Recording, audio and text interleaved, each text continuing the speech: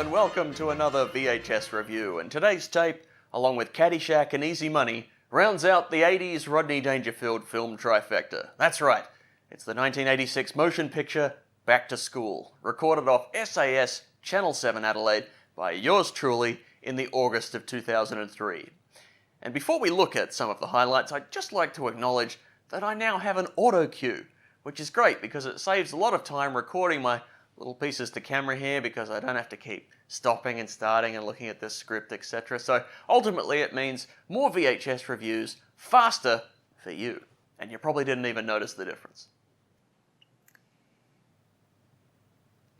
Nina Darnton wrote in the New York Times that Back to School is a good-natured potpourri of gags, funny bits, populist sentiment, and anti-intellectualism. Rodney Dangerfield is in fine form as the millionaire businessman Thornton Mellon, who decides to enroll in college and study alongside his son, Jason, Keith Gordon. When he's not delivering quick-fire one-liners like, lay off Vanessa. She gives great headache. He's standing off to the side with ants in his pants, just waiting for the next setup. The supporting cast includes a young Terry Farrell, aka Dax from DS9, or Reggie from Becca, if you're not a Trekker, an even younger Robert Downey Jr., possibly the most stereotypical British actor with the name to match, Paxton Whitehead, who plays the crusty, stuck-up old dean of the business school. You will never, ever pass this course. Sally Kellerman, the original O'Houlihan from the MASH movie, as the English professor and love interest Diane Turner. Actually, I'd like to join you, but I have class tonight. How about tomorrow night? I have class then, too. I'll tell you what then. Why don't you call me sometime when you have no class? And even though he's only in 2 scenes, comedian Sam Kinison, who would tragically die in a car accident just a few years later, stole the show with this memorable performance as the history professor. I wasn't here in the classroom, hoping I was right, thinking about it. I was up to my knees in rice paddies with guns, and then we're going up against Charlie, slugging it out with him, while pussies like you were back here partying, putting headbands on, doing drugs, listening to the goddamn Beatle albums. And topping it all off is a killer 80s soundtrack from Danny Elfman, who also appears in the film with his new wave group, Boingo Boingo. Oh, and probably right up there with the best cameo appearances ever made in a comedy film. You've got a major paper coming up on Kurt Vonnegut. You haven't even read any of the books. I tried. I don't understand a word of it. So how are you going to write the paper then, huh?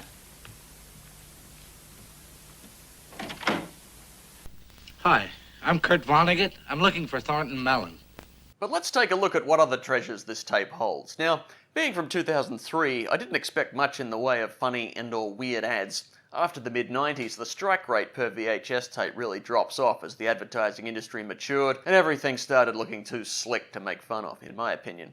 I mean, just look at how well the commercial breaks are integrated into the film. You hardly notice them.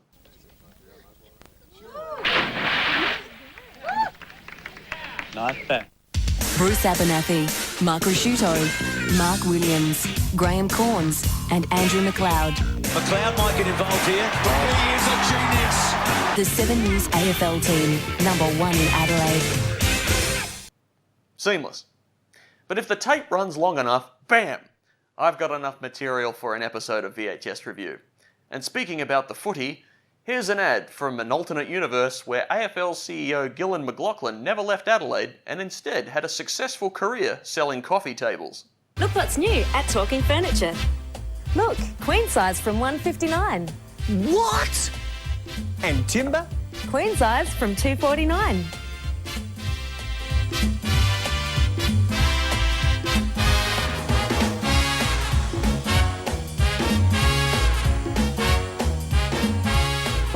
These are new. And second hand too. Grand Junction Road, just down from Jepp's Cross. Talking Furniture. Blatant false advertising. None of that furniture said a word. And also, what kind of sick freak buys that coffee table? I suppose it does come with a place to store your remote.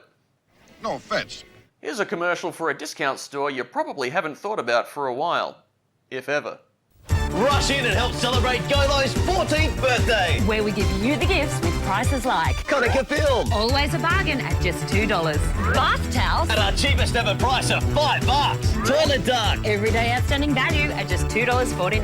140-litre roller box. Hello, $12.99. Wow, that's cheap. Plus, save an amazing 30 to 50% off winter clothing. Don't miss Golo's 14th birthday celebrations ends this Saturday. Golo, the low-price people. You know, that Golo guy kind of looks like Broden Kelly from Aunty Donna. In fact, the resemblance is even more apparent in the 15-second version.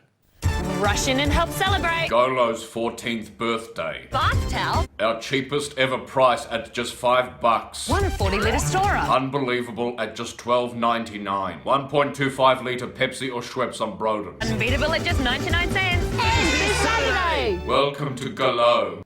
Yeah, and haven't they done well? No, actually. Golo went into receivership in 2009, and apparently the stores that didn't close were rebranded as Crazy Clark's, which then also went out of business in 2014. It's rough out there. On that note, a common theme in TV advertising is that the owner of the business has gone mad, or is crazy, or is suffering from some serious mental illness that's preventing them from competently running the business, and thus you should get in quick to take advantage of the vulnerable proprietor like the heartless, opportunistic scum you are, kicking him while he's down, or when she's down. Not sexist, you can kick a woman. So here's an example of that concept, but I don't think this guy's heart's really in it. When I bought Crazy Dave's, I was happy to have the reputation for crazy prices, but I could do without the crazy image. And with our great double-up deals, I'm sure you'll appreciate the value, without me shouting, crazy, crazy, and acting like an idiot. Get a great price on one fitting, a super price on two. And where else can you buy a 3-light pendant for $30? Crazy Dave's, now at 3 big locations.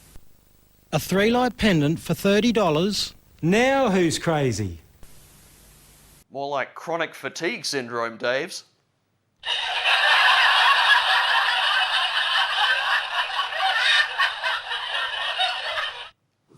By the way, when people say they have crazy prices, that doesn't necessarily mean the prices are low. $1 billion for a light globe would also qualify as a crazy price. Just an observation. Here's another spin on the insanity theme. Don't think I've heard this one before. Steve Hambour goes bunter on all dress fabrics. Out it goes, $1, $2 and $3 a metre. Steve Hambour's killing prices on all dress fabrics. $1, $2 and $3 a metre. Steve Hambour's fabrics open all weekend. Hello, police? Yes, I'd like to report a man murdering prices on Richmond Road. Apparently he's gone bunter. Bunter, according to Urban Dictionary, means to go off one's tree, really loose it. Which, in a bizarre coincidence, was posted in August 2003 when this ad aired. So possibly quite a few people were confused by this commercial and had to look that up. Of course, it could be referring to the other definition of bunter, which apparently is to pass noxious gas from the anus, which may explain why Steve Hambour's killed all those prices. Although, if Steve's been killing prices, why do those dress fabrics still have prices? If you kill a man, you're not left with a smaller, more reasonable man. If he's killed the prices, then the prices are gone. Shouldn't the merchandise be free? If anything, he's maimed the prices. Steve's gone bunter, he's hacking prices limb from limb. Those are the actions of a truly insane small business owner. Yes, we have miles and miles of fabric. So take it from me, Thornton Mellon. If you want to look thin, you hang out with fat people. Thornton Mellon's Tall and Fat, 150 locations across America. See you later.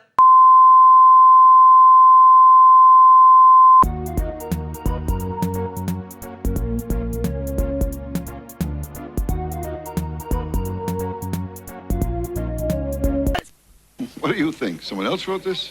Look, all I know is that you didn't, and that's what disappoints me. Tell you something else, whoever did write it doesn't know the first thing about Kurt Vonnegut. And another thing, Vonnegut, I'm going to stop payment on a check. Golo. Golo.